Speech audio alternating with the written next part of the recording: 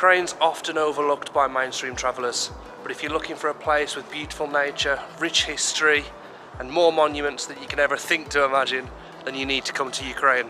So here are my top 10 things to do and see in Kyiv, Ukraine.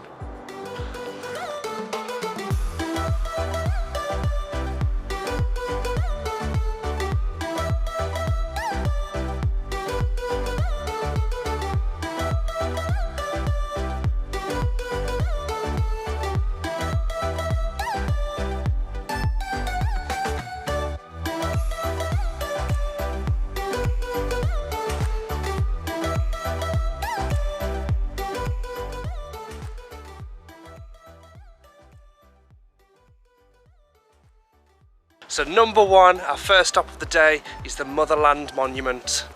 Wow, you know how people say it's not all about size? I think with Ukrainians, it's about size. Look at this bad boy. What? The sheer scale of this is just ridiculous.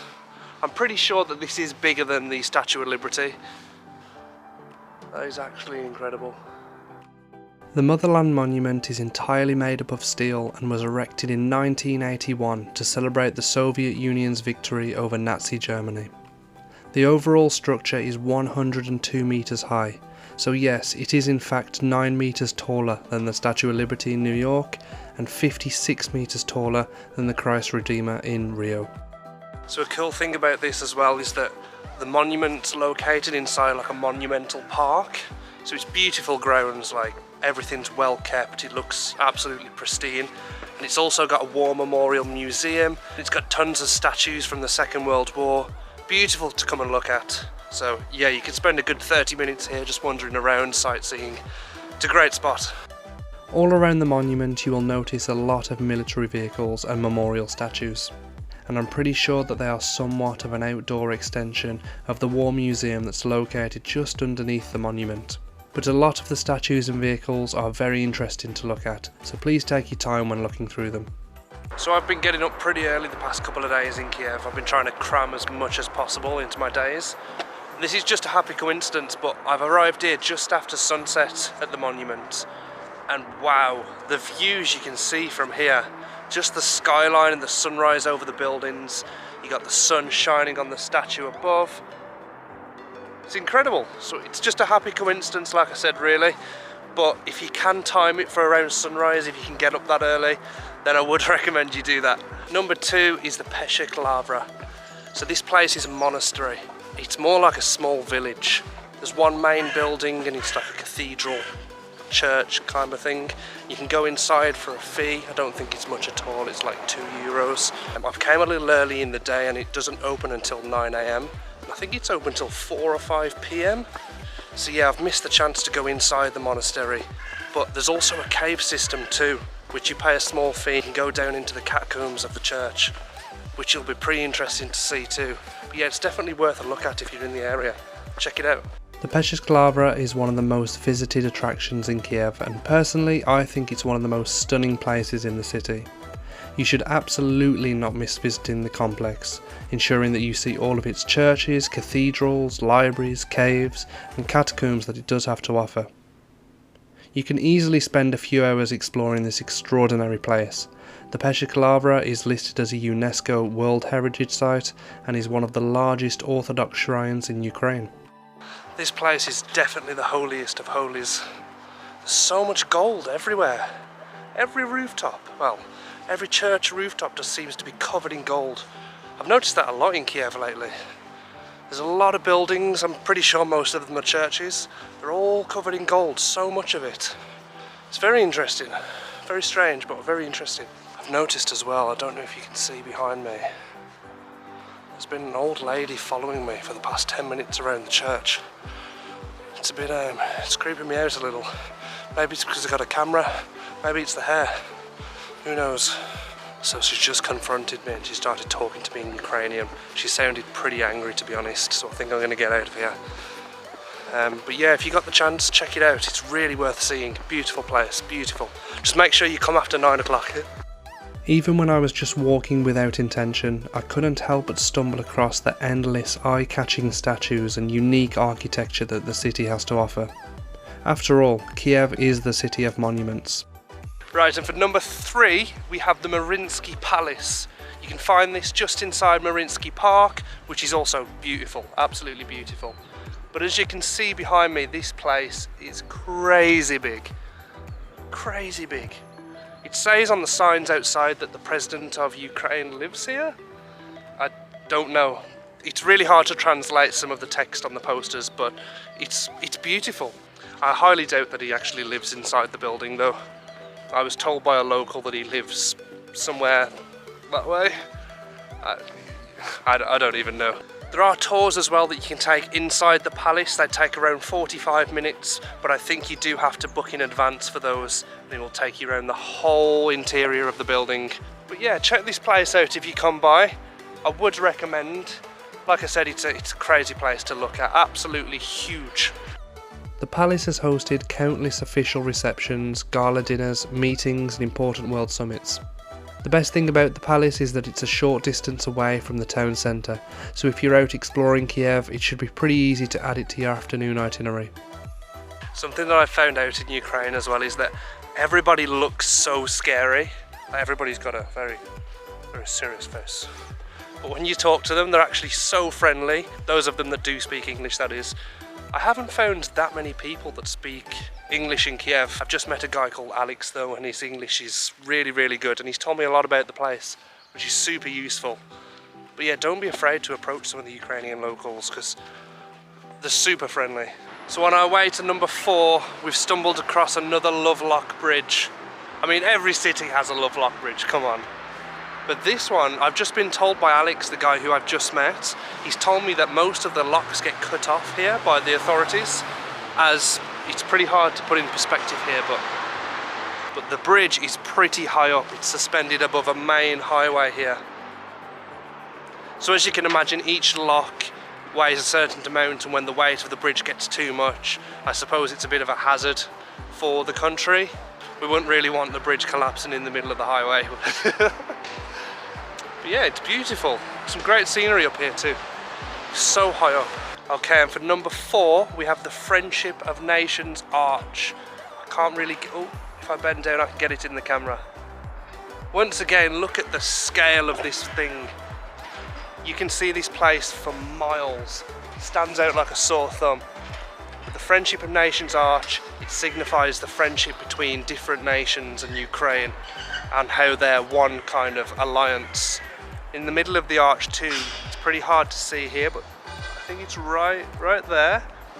There's a crack, and the crack's intentional, trust me, and that signifies the difficulties that the nations have been through and how they've been able to overcome all of that. But truly, it's a phenomenal thing to see how big this thing is. You'll also notice that right next to the Friendship of Nations Arch is an enormous pedestrian glass bridge. The bridge conveniently connects 2 amazing parts of the city and offers some incredible views over the river. It can also be a great place for some touristy photos. Number 5, St Andrew's Church. Look at this behind me. Wow. St Andrew's Church really is a work of art. The church is located on top of a steep hill next to the historical part of town, Podil. It is easily visible from afar and is one of the most notable architectural works of Kyiv, due to its detail and eye-catching, colourful appearance. So we've just paid 70 hryvnia, which is around €2–3 I think, and we're going to go inside the church. Even from the outside, the closer you get to the building, the more and more detail you notice. But what really blows your mind is when you discover the interior. The artwork of both the paintings and the structural design is absolutely breathtaking. The loud red and gold colours make it impossible not to draw your attention, and gets pretty hard not to find yourself getting visually lost in the attention to detail. Wow, the attention to detail inside that place is unbelievable. As you can see from some of the footage, you'll see some of the golden sculptures and just the artwork of the tapestries on the wall. Crazy. Absolutely crazy. Right, for number 6, number 6 is Landscape Alley. You'll have to excuse me at the moment, I'm on a bench inside a cat's mouth. Weird, I know.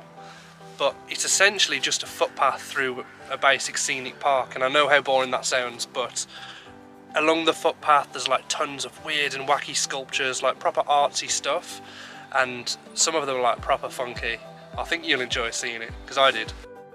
The alleyway is essentially an open-air walk-through museum. Its location sits behind the tall buildings of Kyiv city centre and connects to the historic part of Kyiv.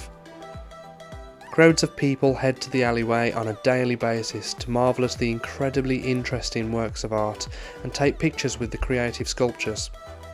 But apart from the Alice in Wonderland themed artwork, the park that the alley resides in is a wonderful place to spend your free time and relax from the Kyiv city rush. Right, for number 7 you need to check out BESSARABSKA Square. It's basically a shopaholic's wet dream. It's got so many shops, so many designer outlets. There's also a little bonus bit. If you go underground you can find another, well, you can find like the cutest little shopping centre. It's got loads more shops. Plus there's a little market in there too, which has got like loads of fresh produce, fresh fruit, run by hundreds of babushkas haggling the prices. It's so cool to see. But yeah, if you're into your bargains, into your shopping, check out this place. I'm sure you'll find something what you're going to enjoy, even if you're just window shopping. The Bessarabska Square is located on the busy intersection of the city's popular Shevchenko district. Until the late 1840s, the square was located on the outskirts of town, where immigrants from Bessarabia and the southern regions of Ukraine would come and sell their products. Nowadays, the square is one of the most popular areas that offer an incredible shopping experience, no matter what niche you're looking for. As I also mentioned, the square is home to the famous Bessarabsky market, where you can find every fruit, vegetable and garnish imaginable. Although I would recommend bringing a Ukrainian local with you to haggle with the intimidating babushkas. They do strike a hard bargain. But yeah, there's a food district, there's a designer district, there's just a window shopping district. It's got it all really. And for number 8, you have to try some of the traditional Ukrainian dishes. I've tried a few already, but I've been recommended this place, so I'm going to check this one out. It's called Puzata Hata. Probably didn't pronounce it right, but I think you'll get what I mean. I've been told it's the gold standard of Ukrainian food.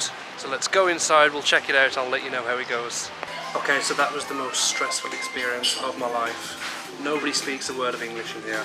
It's kind of a free-for-all where you get everything yourself, but you have to ask for it. So I used Google Translate on my phone, and I've just said give me every Ukrainian dish that you can.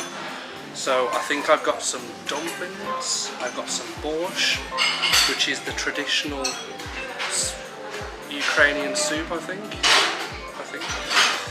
A chicken Kyiv, and whatever these 2 little nipples are. I'm not really sure. It looks quite nice and it smells quite nice, but we'll see how it goes. Oh my god, I might just move here already. That was unbelievable. I didn't expect to enjoy it as much as I did, but the borscht, it's good. And for number 9 we have the BABYN Holocaust Memorial Park. The park is essentially the site where over 34,000 Jews were executed and killed on these grounds between the dates of the 29th and the 30th of September 1941, so during the Second World War. Be warned that it is an incredibly sad place to be, but I thought it no doubt deserves a place on this list, and it's well worth checking out in person. On Friday, September 26, 1941, when the Germans occupied Kyiv, announcements printed in Russian, Ukrainian and German began to appear on lampposts and walls around the city, ordering all Jews to assemble on Monday at 8 AM near the site of a Jewish cemetery. That morning, the day before the Jewish holiday of Yom Kippur was to begin, over 33,000 people gathered, mostly women, children and the elderly, as the Soviet government had already mobilised the men capable of fighting into the Red Army. As the assembled Jews entered the ravine on that day in 1941, Nazi Germany SS units robbed them of their money, possessions and documents. They made the Jews wait in the meadow whilst the Nazis took small groups of Jews, stripped them naked and murdered them group by group by group.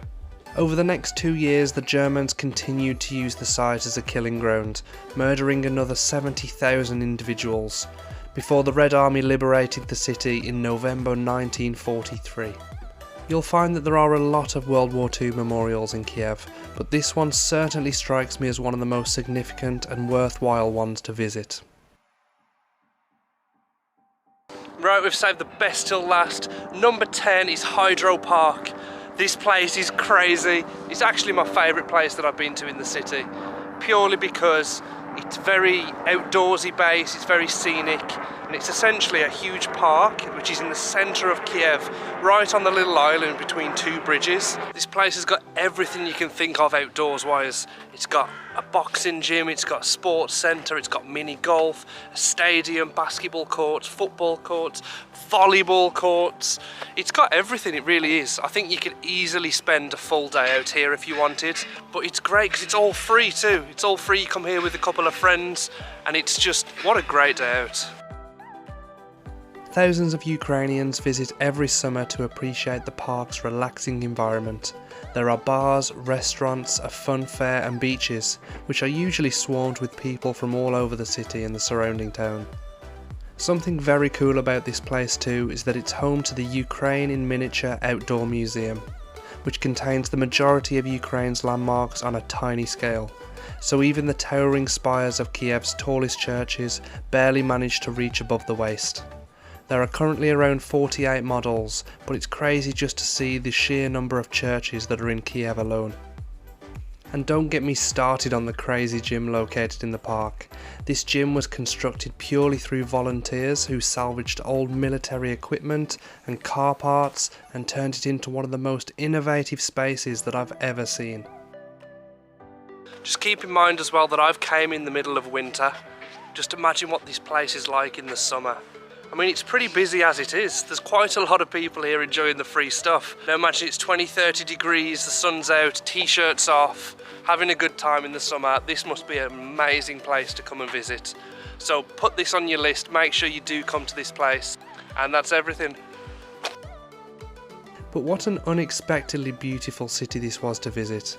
It's clear to me now why nearly 3 million people call this fusion of ancient and modern architecture home.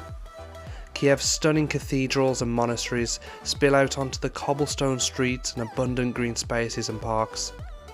For me, the city ticks all the boxes, and no matter how hard you try, it's just one of those cities that you can't help but fall in love with. So there we have it, the top 10 things to see and do in Kyiv, Ukraine. I've had a brilliant time out here the past few days. Absolutely amazing city to come and visit. I've enjoyed every second of it. So if you do have some spare time, try and get some of these included on your list of things to do, if not all of them. Every one of them I've thoroughly enjoyed. The sights, the people, the scenery, the things to do. You can't beat it. You really can't. What an amazing country this is.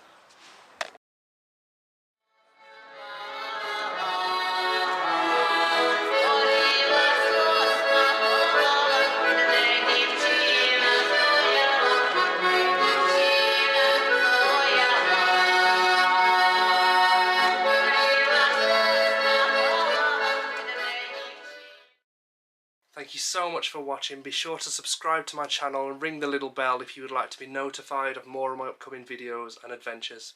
It would also mean the world to me if you could leave a thumbs up and a comment down below of what you thought of this amazing place. I shall see you all in the next video.